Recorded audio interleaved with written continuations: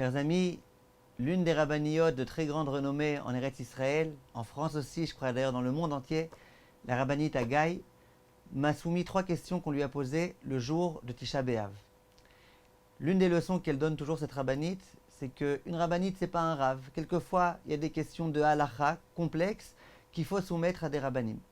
Je pense qu'il y a beaucoup de rabbiniotes qui devraient prendre exemple de cette rabbinite et savoir qu'une rabbinite, c'est pas devenu du jour au lendemain un posek halacha qui est capable et qui doit être capable de répondre à toutes les questions. En tous les cas, les questions sont les suivantes. Première question. On sait très bien que depuis la destruction du Beth Amikdash, Chachamim ont institué que dans nos maisons, il faut laisser un endroit de une ama sur une ama, une coudée sur une coudée, dans lequel il n'y a pas de peinture. Le mieux, ça serait même de voir encore les pierres, un endroit dans lequel il n'y aurait même pas de ciment. Mais en tous les cas, au moins, quand on fait la peinture, laisser une ama sur une ama sans peinture. On pourrait parler longuement de cette halakha. La question qui a été posée, première question, c'est est-ce qu'on est obligé de laisser cette partie-là comme ça toute moche, ou est-ce qu'on peut faire un dessin plus ou moins joli, qui pourrait rappeler la destruction du Beth Amikdash. Par exemple, faire le dessin du Beth Amikdash. Par exemple, dessiner le Kotel à Maharavi. Que dit la halakha dans ce cas-là? Alors, le Chafetz Chaim écrit au Siman Tav Kuf Samer de façon explicite Veoto Ashiyur Iye Belocide. Cette chose-là, cet endroit qu'il faut laisser, il faut qu'il soit sans ciment. Ou de l'okeotan, ou sans chaud plus précisément. Ou de l'okeotan aosin ama shachor. Dezeugam kensiur. Pas comme les gens qui font cela en noir. Parce que faire ça en noir, eh ben, c'est aussi faire de la peinture. Tu as fait toute la peinture normale en blanc, et puis d'un coup tu fais une peinture en noir. Ben, en soi, c'est déjà un problème de faire la peinture en noir.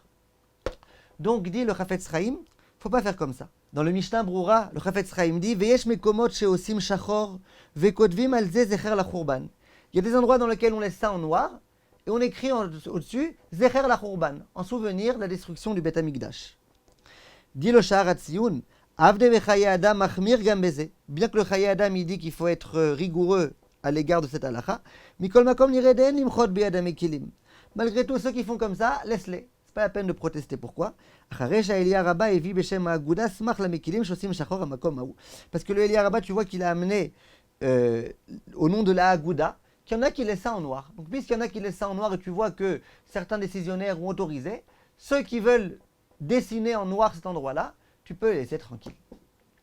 Donc, on a ici, d'une part, le Chafetz Chaim qui dit qu'il ne faut pas dessiner ça en noir. Je peux vous lire les mots du Kaf HaChaim. Au nom du Shla Kadosh, Otam abonim batim osim vatem tsurot shchorot merubaot, ceux qui laissent ce carré en noir, ama alama vekodvim zecher la churban, ou srog veitul. Il dit c'est de la blague. Qui a draba zenoy, parce qu'au contraire, ça enjolive la maison. Tu as une belle peinture en noir, comme ça, un petit peu zébré, comme ça, tu as du blanc, du noir. Au contraire, ça rend encore plus joli. Tu dessines le côté la Maharavi, encore plus joli. Et donc, c'est un problème. Il s'avère donc qu'on a une opinion qui interdit. Le Chafetz Chaim qui laisse entendre qu'il faut se montrer beaucoup plus rigoureux, mais qui dit que ceux qui autorisent, eh ben, on peut les laisser se comporter de la sorte. Bien, le Rav Moshe Feinstein, il explique de façon très jolie ceux qui ont l'habitude d'autoriser. Il dit, on voit dans plusieurs Gemarot que le noir, ça vient symboliser la havlout, le deuil. Et la Gemara raconte par exemple d'un des rabbanim qui faisait en sorte d'être toujours habillé en noir, et que tous ses vêtements soient que en noir, qu'il n'y ait pas un seul vêtement qui ne soit pas noir. Pourquoi? Pour bien montrer qu'il est en deuil sur la destruction du Beth Amikdash. Dit le Rav Moshe Feinstein, on n'a vu nulle part que les vêtements noirs ils sont moins beaux que les vêtements blancs. On n'a vu nulle part que les vêtements de ce Rav-là étaient haillons, étaient complètement déchirés. Il n'y a pas écrit ça.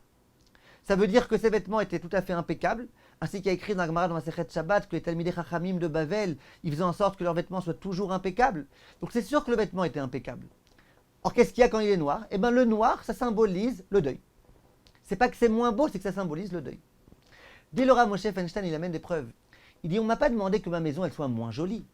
Quand on m'a demandé de laisser une ama sur une ama, une coudée sur une coudée sans peinture, c'est pas forcément pour que ce soit moins joli. Le but, c'est uniquement pour se souvenir du deuil. Donc si jamais je fais ça en noir et que je sais très bien que pour moi le noir c'est le deuil, eh ben, je montre bien que j'ai laissé cette partie en noir, ce carré noir, en souvenir de la destruction du Beth Amikdash. Et donc ça pourra être bon.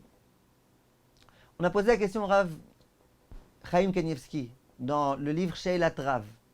On lui a demandé si jamais on a laissé donc une ama sur une ama et qu'on met dessus une photo du kotel et on voit derrière la photo du kotel qu'il y a malgré tout un endroit comme ça qui n'est pas peint. Est-ce que c'est bon ou pas? Est-ce que c'est autorisé? Le Rav dit dans ce cas-là on autorise.